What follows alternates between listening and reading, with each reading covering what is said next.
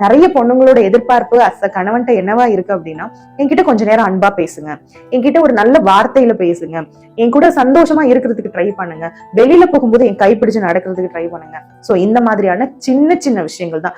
ஆனா அதை இங்க நிறைய ஆண்கள் பண்றதே கிடையாது.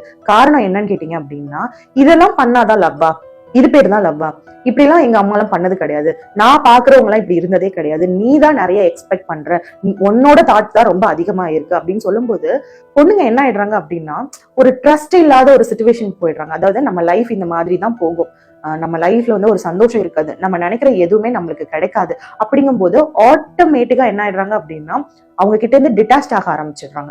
அந்த டிட்டாச்மெண்ட் தான் இங்க மிகப்பெரிய பிரச்சனையை கொடுக்குது. ஆனா அவங்க டிட்டாச் ஆகுறாங்கிறதே நிறைய ஆண்களுக்கு தெரியறது கிடையாது.